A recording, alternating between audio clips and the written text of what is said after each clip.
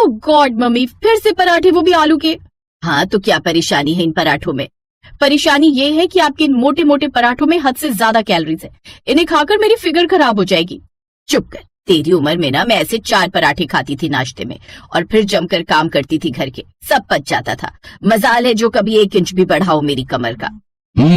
तब तो नहीं बढ़ा, पर अब हैं? कुछ बोले आप? नहीं तो बोल तो समायरा रही थी। हाँ बेटा बोलो, तुम्हें क्या खाना है? पापा, मेरे डाइट प्लान के हिसाब से मुझे ब्रेकफास्ट में सूप पीना था। मैंने मम्मी को बोला भी था। अरे भाड़ में गया तेरा डाइट प्लान और चूल्हे में चाहे तेरा वो सूप साप। मेरे कोई 4 हाथ नहीं है जो सबके लिए अलग अलग नाश्ते बनाती रहो। चुपचाप जो बनाए खा ले। सॉरी मम्मी, अब मैं ये भारी भरकम पराठे तो नहीं खा सकती। ये कहकर समायरा डाइनिंग टेबल से उठी और बिना कुछ खाए ही अपने कॉलेज के लिए निकल गई। हे भगवान, क्या होगा इस लड़की का? क्यों इतनी चिंता करती हो? अच्छा तो है अगर वो अपनी सेहत को लेकर थोड़ा सीरियस है। थोड़ा नहीं, जरूरत से ज्यादा ही सीरियस है तुम्हारी बेटी। अरे आगे जाके शादी करनी है, फिर बच्चा पैदा करना है। ऐसे छुई मुई जैसे शरीर के साथ होगा ये सब। और जरा ये बताओ, ससुराल में कौन देखेगा इसके इतने ड्रामे? ओहो संतोषी, तुम कुछ ज्यादा ही सोच रही हो। हम अपनी समायरा के लिए ऐसा मॉडर्न ससुराल ढूंढेंगे जहाँ। रहने दीजिए जी, सिर्फ ससुराल मॉडर्न होने से कुछ नहीं होता। थोड़ा एडजस्टमेंट अपनी बेटी को भी सिखाइए। ये कहकर संतोषी भी डाइनिंग टेबल से उठ गई। दूसरी तरफ दिन के वक्त कॉलेज की कैंटीन में। क्या तुमने सुबह से कुछ नहीं खाया और तुम ये बात मुझे अब बता रही हो? अब सॉरी, बट मैं क्या करती? अब ब्रेकफास्ट में आलू के पराठे तो नहीं खा सकती थी ना। मैं अपनी फिगर को लेकर कितनी कॉन्शियस हूँ। ओहो सैम, बी रिलैक्स नाउ। तुम चाहे कितनी भी मोटी क्यों ना हो जाओ, मैं तुम्हें ऐसे ही प्यार करता रहूंगा।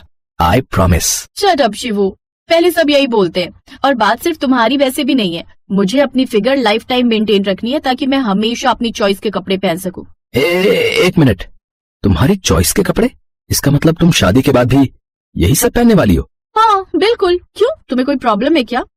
मुझे तो नहीं है, बट मेरी मॉम को हो सकती है। तो तुम्हें मुझे नहीं, बल्कि तुम्हें डील करना पड़ेगा इस सिचुएशन से। देखो शिवांश, अभी देर नहीं हुई है, हम अभी मूव ऑन कर सकते हैं। बट तुम मुझसे ये एक्सपेक्ट मत करना कि मैं किसी के लिए भी खुद को बदलने वाली हूँ। अरे तुम तो खामखा सीरियस हो गई। ओके, मैं मॉम को समझा लूंगा। ओके, बट ये मूव ऑन का ख्याल भी अपने दिमाग में मत लाना प्लीज। शिवांश और समायरा क्लासमेट्स थे और काफी समय से एक दूसरे को डेट कर रहे थे। दोनों में फर्क बस इतना था कि शिवांश समायरा के लिए सब कुछ छोड़ने को तैयार था और समायरा इसी शर्त पर शिवांश के साथ थी कि वो उसे कभी कुछ छोड़ने को नहीं कहेगा। फिर वक्त के साथ दोनों का रिश्ता और गहरा होता गया और कॉलेज खत्म होने के बाद जैसे ही शिवांश को एक अच्छी जॉब मिली, उसने समायरा से शादी कर ली। और फिर बहू रुको, कहाँ जा रही हो? किचन में मम्मी जी। वो एक्चुअली मुझे मॉर्निंग में वार्म वाटर पीने की आदत है। अब वो सब तो ठीक है बेटा, पर पहले जरा कपड़े तो चेंज कर लो। बाहर तुम्हारे पापा जी बैठे हैं और अभी कुछ रिश्तेदार भी हैं घर में। देन व्हाट मम्मी जी? अब मुझे घर में कंफर्टेबल कपड़े पहनने की आदत है। शिवू को इससे कोई प्रॉब्लम नहीं है। देन आई होप कि आप सबको भी कोई प्रॉब्लम नहीं होनी चाहिए। सच तो ये था कि शिवांश ने समायरा के रहन सहन के बारे में अपने घर में किसी को कुछ बताया ही नहीं था, लेकिन अब उसे कई सवालों के जवाब देने थे। तो तूने हमें ये सब पहले क्यों नहीं बताया?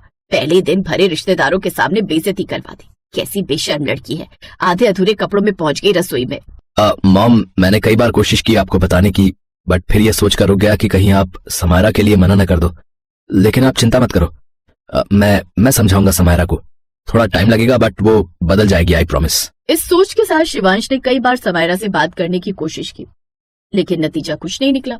समायरा खुद को बदलने के लिए तैयार नहीं थी, उल्टा अब उसे एक नया ही फितूर चढ़ने वाला था।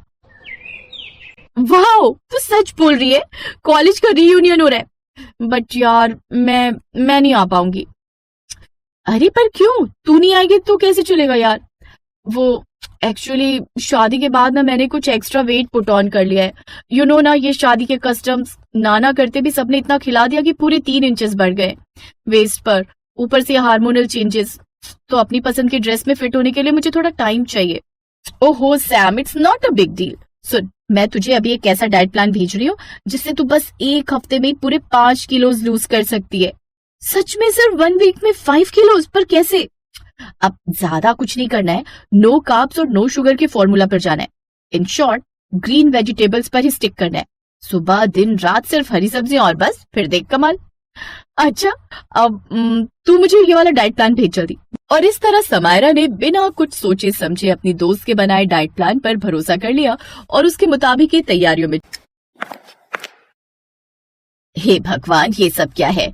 इतनी सारी हरी सब्जियां कौन लेकर आया? रामू, ओ रामू, मैंने तुम्हें सब्जियों की लिस्ट बनाकर दी थी ना, फिर ये सब क्या है? अब मम्मी जी, इसमें रामू काका की कोई गलती नहीं है, मैंने कहा था इन्हें ये सारी हरी सब्जियां खरीद कर लाने को। अच्छा, तो अब जरा बताओगी कि इस किचन को हरा भरा गार्डन बनाकर आगे क्या करने वाली हो तुम? फिर समायरा ने अपने खास डाइट प्लान के बारे में अपनी सास को बताया और फिर, तुम्हारा दिमाग खराब है क्या बहू? एक हफ्ते तक सिर्फ हरी सब्जियां? नहीं, ये बिल्कुल भी ठीक नहीं है। ऐसे तो तुम, ऐसे तो ये, ऐसे तो वो, आपको मेरी हर चीज से प्रॉब्लम क्यों हो जाती है मम्मी जी? पहले मेरे कपड़ों को लेकर बवाल और अब मेरे खाने पीने को लेकर भी आपको दिक्कत है। बहू, तुम मुझे गलत समझ रही हो, मैं तुम्हारे भले के लिए समझा रही हूँ। ये डाइट तुम्हारे लिए ठीक नहीं रहेगी। ओ प्लीज मम्मी जी, आप हैं पुराने जमाने की, तो ये नए जमाने के डाइट प्लान आपको समझ में नहीं आएंगे। तो आगे से आपको जितनी नॉलेज है बस उतना ही बोला कीजिए, खासकर मेरे मामलों में टांग अड़ाना प्लीज बंद कीजिए आप। इस बार समायरा ने वाकई अपनी सास से बहुत गलत तरीके से बात की थी। नतीजा ये हुआ कि अब सास बहू में बातचीत बिल्कुल बंद हो गई। कविता घर के नौकरों की मदद से घर के सारे काम संभालती और समायरा सारा दिन बस हरी सब्जियों से घिरी अपनी पसंदीदा ड्रेस में फिट होने की कोशिश में लगी थी। वाह, सिर्फ 3 दिनों में इतना डिफरेंस, ये तो कमाल है यार। अब इधर से अभी भी थोड़ा टाइट है, बट 4 दिन अभी भी है मेरे पास। रियूनियन से पहले सब सेट हो जाएगा। Oh God, I am so excited. Samaira ये सब सोच ही रही थी कि तभी ऑफिस से थका हारा शिवांश कमरे में आया। सैम, जरा एक कप चाय बना लाना प्लीज। क्या शिवू, मैं यहाँ रियूनियन में जाने के लिए इतनी मेहनत कर रही हूँ और एक तुम हो जिसे कोई फर्क ही नहीं पड़ रहा। देखो अभी भी 4 दिन बाकी हैं, तो आज से तुम भी मेरी तरह ग्रीन डाइट पर रहोगे, ओके? तुम रहने दो, मैं मॉम को बोल देता हूँ चाय के लिए। बस मुझे अपने इस पागलपन से दूरी रखो प्लीज। अपनी जिद के चलते समायरा सबसे दूर होती जा रही थी, लेकिन उसे इस बात का एहसास तक नहीं था। वो खुश थी। और फिर रियूनियन से ठीक 1 दिन पहले, नो रीमा, उस मेडिसिन का भी कोई फायदा नहीं हुआ। बहुत दर्द हो रहा है पेट में। आई थिंक मुझे डायरिया हो गया है। सुबह से 10 बार वॉशरूम जा चुकी हूँ। तूने जिस डाइटिशियन से वो डाइट प्लान लिया था, मुझे उसका नंबर दे जल्दी। डाइटिशियन नहीं यार, वो डाइट प्लान तो मैंने इंटरनेट की एक वीडियो से लिया था।